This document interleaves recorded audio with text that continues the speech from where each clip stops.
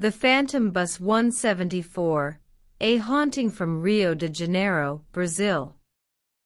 In the shadowy streets of Rio de Janeiro, stories of Bus 174 whisper through the night, a spectral vehicle that roams aimlessly, seen by only a few unfortunate souls.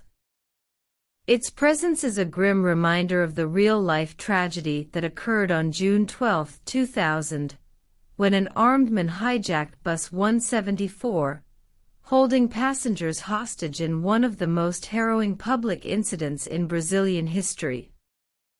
But for those who claim to have seen the ghostly bus, the events of that day have taken on a supernatural life of their own, casting a dark cloud over the streets where the blood of the innocent was spilled. Sandro Barbosa do Nascimento, a young man broken by the brutalities of life, boarded Bus 174 with desperation in his eyes.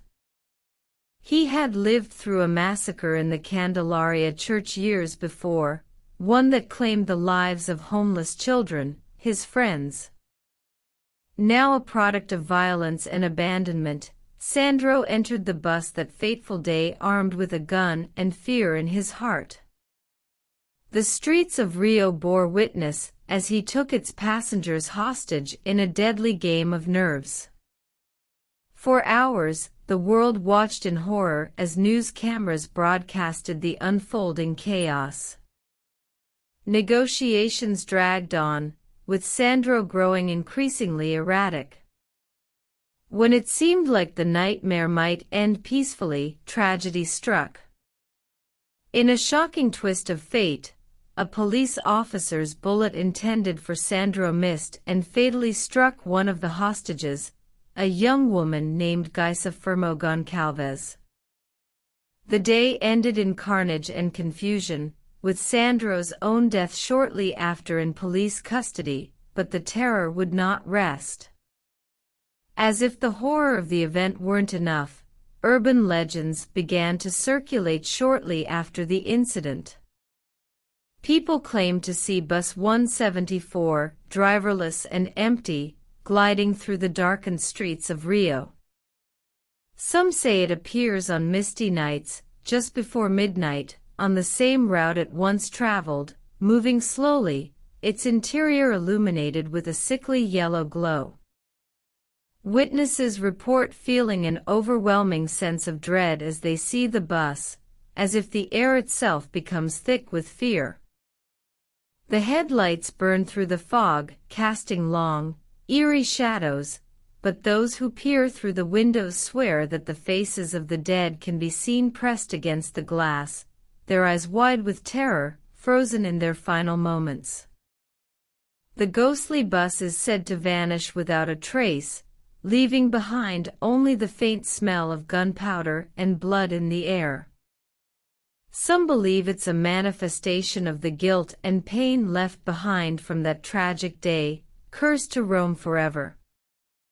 Others whisper that the souls of those who witnessed the event, Sandro, the hostages, and even the officers, are bound to the bus, replaying the terror in an endless loop, forever caught between life and death. One particularly chilling account comes from a night guard who worked near one of the old bus routes. He recalls a night when the temperature dropped suddenly, and the normally bustling street fell silent. From the darkness, he saw headlights approaching, but no engine sound followed. As the Bus 174 appeared, its windows fogged, he noticed figures moving inside. At first, he thought it was a routine late-night bus. But then he saw it, Gaisa's face staring back at him, eyes hollow, mouth open as if caught mid-scream. The men stood frozen in place, unable to move as the bus slowly passed by, its passengers mere shadows of their former selves. And then, in an instant, the bus was gone. The guard later recounted that he heard a distant laugh, chilling and empty, followed by the sound of screeching brakes, a final, ghostly echo of the terror that had once gripped Rio. For the city of Rio de Janeiro, Bus 174 is more than just a tragic memory, it's a haunting. The horror of that day left a permanent scar, a dark chapter in the city's history. And for those unlucky enough to cross paths with its ghostly form, they are reminded of the fragility of life and the cruelty that sometimes claims it. Some say that the bus only appears to those who need to be warned, a sign that death is near. Others believe it is Sandro's way of seeking redemption, a soul lost to violence, searching for peace that will never come. But one thing is certain, once you've seen the phantom Bus 174, you will never forget the shadow of fear it leaves behind. If you enjoyed this video, don't forget to give it a thumbs up and subscribe to the channel so you don't miss out on any future content.